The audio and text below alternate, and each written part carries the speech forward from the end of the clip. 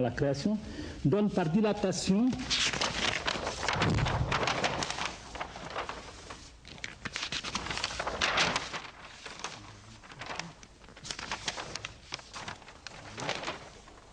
donne par dilatation ici Ha, Waw, c'est-à-dire donc 19. Donc Ha c'est 6, Waw c'est 19. Or la dilatation d'un nom révèle son essence. Ainsi le nom qui indique l'ipséité, cet ipsé en latin signifie lui-même, l'ipséité divine a pour essence 19. 19 est considéré comme le nombre de la descente, Tanzil, du Coran, alors que 17 est celui de l'ascension spirituelle. Nous notons en passant que 17 plus 19 égale 36. 36, c'est le numéro de la sourate qui est considéré comme le cœur du Coran, Yassine. Yassine, donc 36, c'est le point de convergence. Mais dans son exposé, notre ami Daoud Diop a fait ressortir que 30 des nombres premiers, compris en 1 et 100, sont réductibles à 1. Or, 30, c'est précisément Huwa Wahid. Huwa, 11, c'est le nom de Dieu avant la création. Wahid, c'est le nombre unique, 19 dont nous parlons. Et le total fait bien 30. Donc, ce 30 nous renvoie à l'ipséité divine et au nombre 19 dont nous sommes en train de parler. Or, ce mot Huwa est central dans le Coran, puisque son nombre secret, ou encore lumière, nom de lumière, ou de reflet, c'est 66.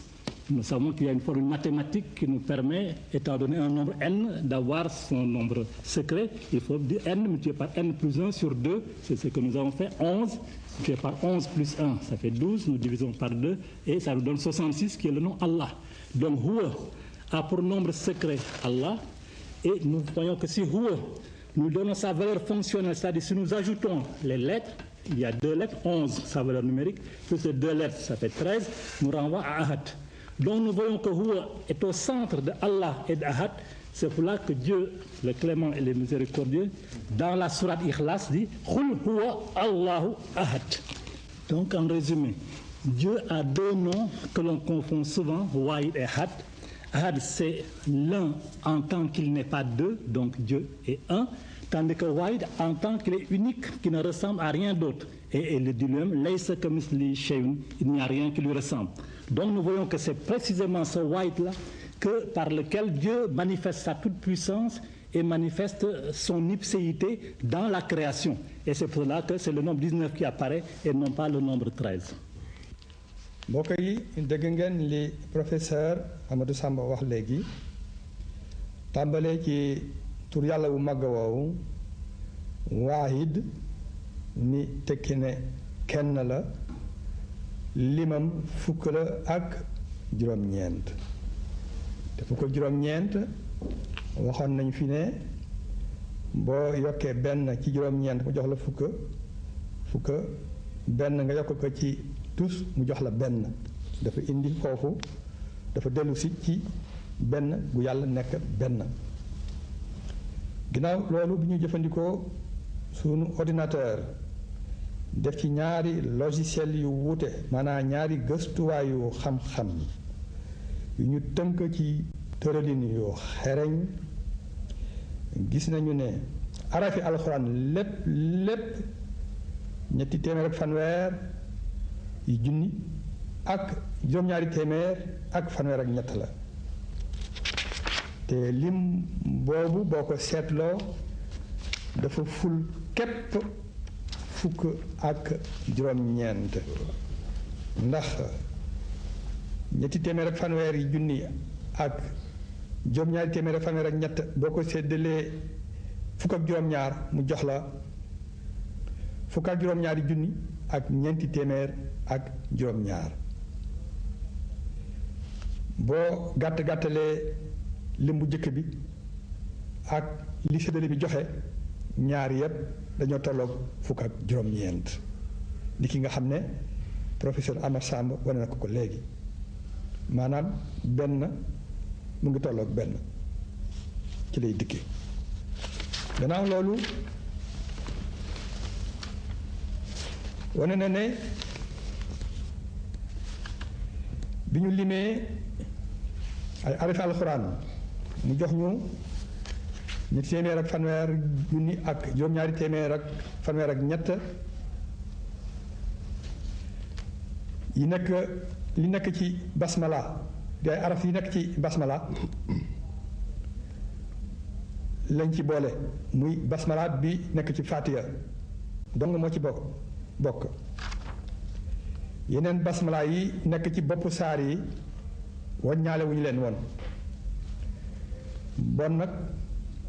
bu ñu seetloo it ne sooratu Tawba basmala nekkul ca bopp ba des na téeméer ak fukk ak ñaari basmala te ginnaaw basmala fukki araf la ak juróom-ñeent téeméer ak fukk ak ñaar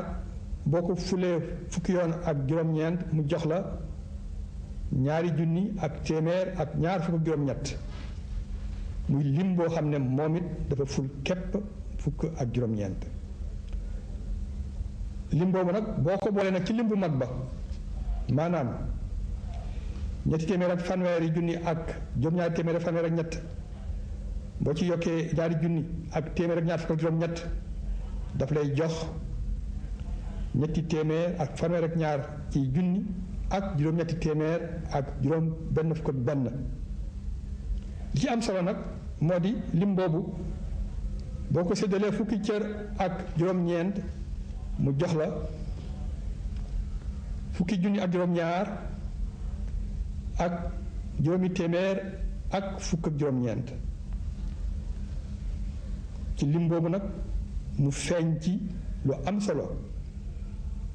li ciy feeñ mooy fukk ak juróom-ñaar yi jiitu moo di limu yéeg ci baatin yéeg jëm asamaan ci baatin juróom yi mooy màndarga àddina bi fukk ak juróom-ñeent moo di limu tanzil wàcc jóge kaw asamaan wàcc ci suuf si wax tamit ne basmala maanaam bismillahi rahmaani rahim kàddu la yu am doole yoo xam ne borom xam-xam yu bari wax nañu dooleem ak njariñam te basmala feeñee ci alxuraan téeméer yoon ak fukk ak ñeent ndax ñaari yoon yamu feeñ ci sóoratu Namli tax na ñàkk feeñam ca sóoratu Tawba wàññiwul lim bi téeméer ak fukk ak ñeent mooy lan moo di fukk ak juróom-ñaar yu ñu ful juróom-benn yoon kon nag ñu seetlu tamit ne basmala limam junni la ak ñaar fukk ak juróom-benn muy lim boo xam ne tamit dafa ful képp fukk ak juróom-ñeent ndax mu ngi tolloog juróom fukk ak ñeenti yoon fukk ak juróom-ñeent ci biir basmala am na ci turu yàlla yu ci nekk allahu feeñ na ci alxuraan ginnaaw ci basmala yi ñaari junni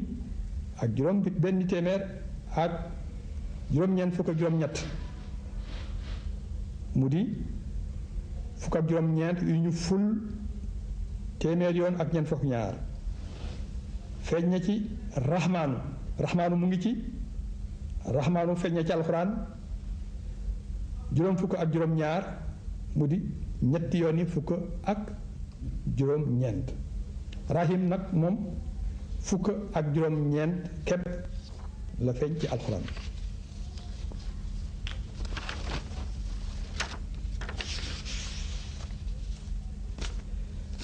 bu ne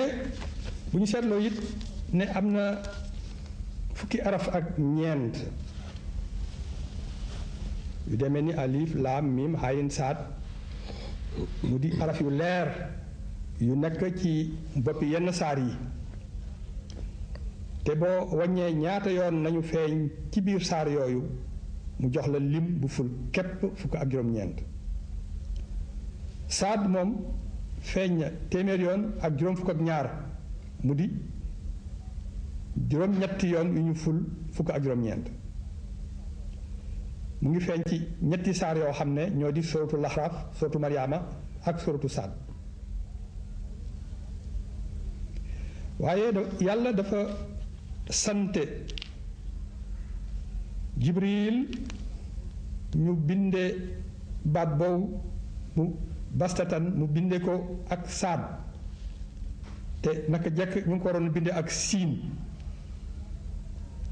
mu ne ñu binde ko ak saad ba noppi teg ci kaw siin bu tuuti mu mel ni kon dafa bëgg li mu saad yi mat téeméer ak juróom fukk ak ñaar ndax mu sàmmoon teeg li mu ful nangami yoon fukk ak juróom-ñeent mu teexale it ne ñeenti araf yi taa saad nuun ayin bu ci ne li ma feeñee ci alxuraan nangami yoon boo xam ne dafa ful képp fukk ak juróom-ñeent ñeent fukki araf yi des nag li ñu feeñ ci alxuraan boo leen boolee lim ba mu lay jox moom it dafa ful képp fukk ak juróom-ñeent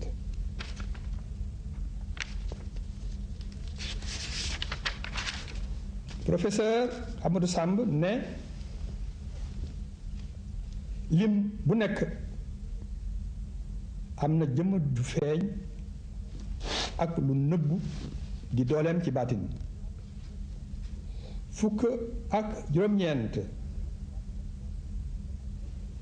baatinam moo di juróom-ñeent fukk ak benn moo di dooleem te juróom-ñeent fukk ak benn moom méngoog tur yàlla bi di Maalik ki moom lépp fukk ak juróom-ñeent boo ko yokkee ci juróom-ñeent fukk ak benn mu jox la téeméer ak fukk mu méngoog tur wi tudda Aliyu aji kawe ji mu ne boo seetloo xaatim bu am solo di xaatimu Xasali di xaatim bi tënk nekku doomu aadama ci àddina bi di nga gis ne lim yi taxaw ci digg bi benn ak juróom-ñeent ñoo seex juróom di lim bi nekk ci digg bi wax nañu léegi ne moo màndargal àddina bi moo tax mënees naa dugg ci xaatim bi dale ci benn wala dale ci juróom-ñeent mu ne ginnaaw loolu bari na ay laaya alxuraan yu dëppoog fukk ak juróom-ñeent mu ne tur yàlla bu màgg bi nag wi nga xam ne noonu la tuddoon bi mu laa bind dara mu di huwa boo ko bastoo maanaam boo ko tàllalee ba mu nekk haa waaw fukk ak juróom-ñeent la lay jox muy lu am solo moom tur woowu ndaxte huwa di fukk ak benn boo ci yokkee ñaar mu jox la fukk ak ñett méngoog tur yàlla bi ñaan aad moom huwa fukk ak benn boo seetloo lan mooy sirru mooy secret mooy lu nëbbu ci fukk ak benn daf lay jox 66 ndax da ngay jël fukk ak benn ful ko ak fukk ak ñaar xaajale li nga am ñaari xaaj mu jox la juróom benn fukk ak juróom benn bi di allahu nga dal li gis ne xul huwa allahu ahad juróom benn fukk ak juróom benn di allahu huwa fukk ak benn ahad di fukk ak ñett waaye nag li ëpp solo ne yàlla kenn la waaye kennam googu nag mu ngi gën a fes ci waahid te waahid moo di fukk ak juróom-ñeent moo di limam. Au terme de ces communications, il importe quand même de savoir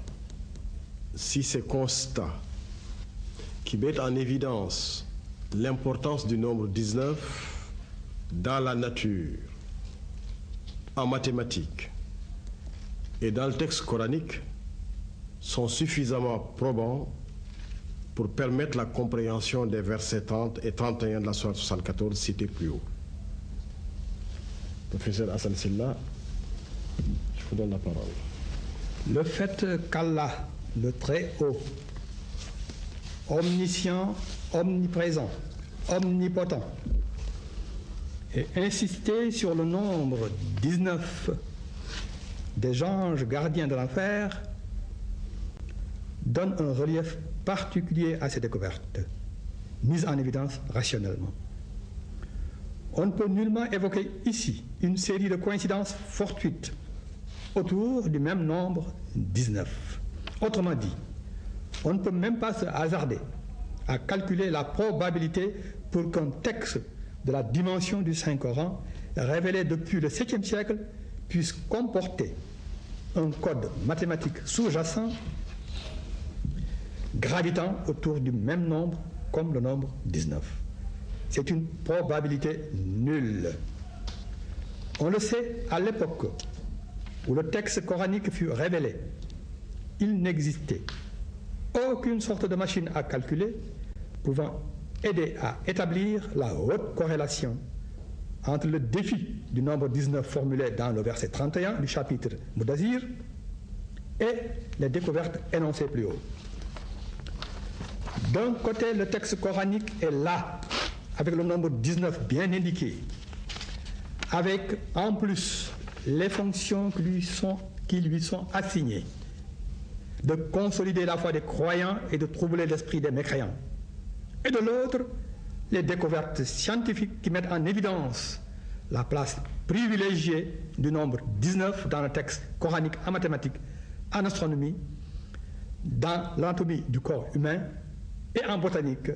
sont encore là, objectivement. mbokk yi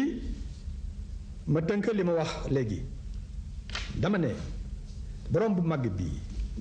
màgg xam-xam teew fépp ni mu dëgërale kàddoom ci limu fukk ak juróom-ñeent dafa jox yooyu feeñ ci gëstu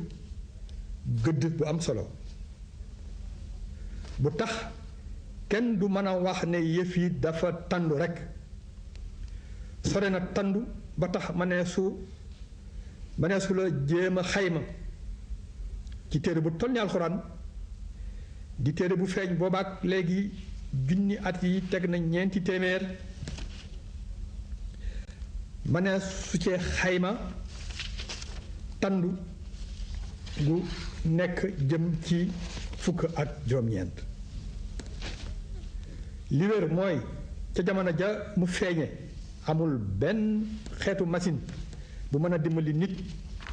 ci lim walla ci xayma ba ñu mën a sos dëppoo gi nekk ci diggante alxuraan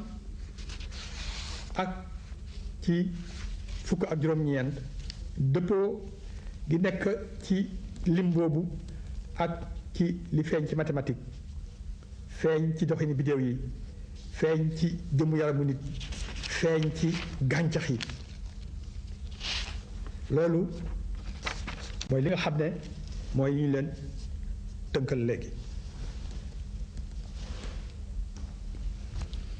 Chers frères en islam, chers amis téléspectateurs, nous voici au terme du 4e épisode de la série Les miracles scientifiques du Coran et de la Sunna. Cette exégèse des versets coraniques relatifs à la science exacte ou expérimentale, a été rendue possible grâce au progrès de la science et de la technologie. Il en est ainsi du nombre 19, dont les caractéristiques mathématiques, biologiques et astronomiques et la corrélation absolue avec la texture interne du livre saint n'ont pu être démontrés que grâce à la science et à l'ordinateur. La concordance existant entre le Coran et la science indique que les ayats, ou signes d'Allah, révélés dans le livre saint de l'islam se manifestent aussi dans l'univers, de manière explicite ou implicite, illustrant ainsi le verset 38 de la sourate 6 où Allah affirme: Bismillahir Rahmanir Rahim. وما من دابة في الأرض ولا طائر يطير بجناحيه إلا أمم أمثالكم ما فرطنا في الكتاب من شيء ثم إلى ربهم يحشرون صدق الله العظيم. Le Coran et la nature procèdent de la volonté du même Créateur et vise à assurer le salut de l'homme ici-bas et dans l'au-delà. Pour cette raison, la science véritable et la religion véritable sont tenues ontologiquement d'œuvrer ensemble dans une symbiose harmonieuse, non seulement pour mieux motiver et orienter les efforts et les résultats de la recherche, mais encore et surtout pour que, désormais, toutes les acquisitions de la science soient mises au service exclusif de l'homme et de sa foi en Allah. Assalamu alaikum. mbokk yi mbokku lislaam xarit yi ñuy déglu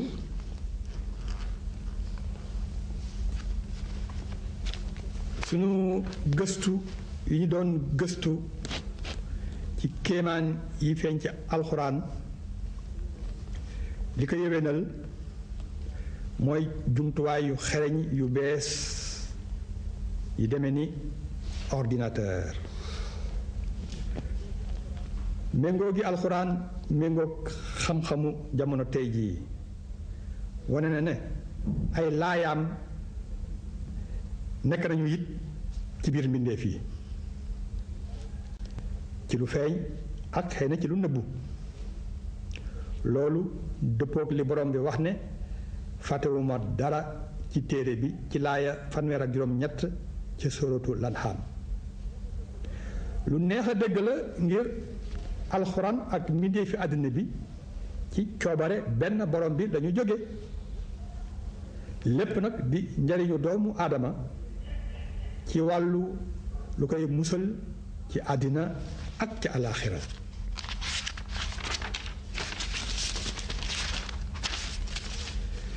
diine ju dëggu ak xam-xam bu dëggu ñoo war a lëkkoo di gindi gëstukat yi tey fexe lu ca meññ nekk di njariñ ci doomu aadama ak nekk it di dëgëral ngëmam ci yàlla.